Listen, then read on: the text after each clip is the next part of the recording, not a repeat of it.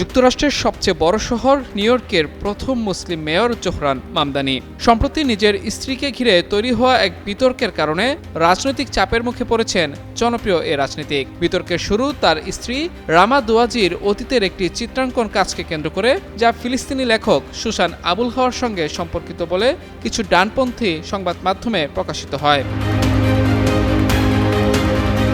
সংবাদ মাধ্যম Washington free Beacon প্রথম এ বিষয়টি প্রকাশ করে। প্রতিবেদনে বলা হয়, 28 বছর বয়সী ফ্রিল্যান্স ইলাস্ট্রেটর রামা দোয়াজি গাজা থেকে লেখকদের লেখা নিয়ে একটি অনলাইন সংকলনে একটি লেখার জন্য চিত্রাঙ্কন করেছিলেন। সংকলনের নাম ছিল every moment is a life এবং এতে থাকা এ ট্রেল অব সোপ নামের একটি ছোট গল্পে যুদ্ধ বিধ্বস্ত গাজায় বাস্তুচ্যুত এক বাসিন্দার দৈনন্দিন দুর্ভোগ তুলে ধরা হয়। মামদানি জানান, তার স্ত্রী দুয়াজি একটি তৃতীয় পক্ষের মাধ্যমে কাজটি করেছিলেন এবং তিনি কখনও সুসান আবুল হাওয়ার সঙ্গে দেখা বা যোগাযোগ করেননি। পরে আবুল হাওয়া এই বিষয়টি নিশ্চিত করেন। কিন্তু ঠিক কোন মন্তব্যগুলো নিয়ে শুরু হলো বিতর্ক?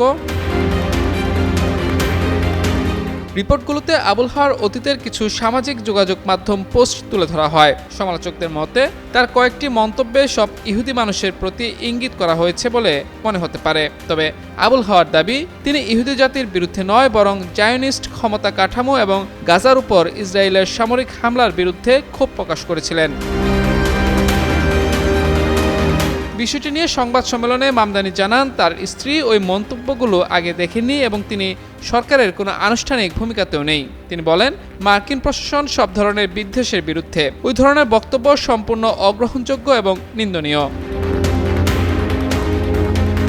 এদিকে মামদানির কিছু সমর্থক তার প্রতিক্রিয়ার সমালোচনা করেছেন। তাদের মতে তিনি এই অভিযোগগুলোর জবাব দিয়ে বরং সেই রাজনৈতিক আখ্যানকে শক্তিশালী করেছেন যেখানে ফিলিস্তিনের পক্ষে অবস্থানকে ইহুদি বিদ্বেষের সঙ্গে মিলিয়ে দেখা হয়। মাহমুদুর রহমান, যুগান্তর নিউজ।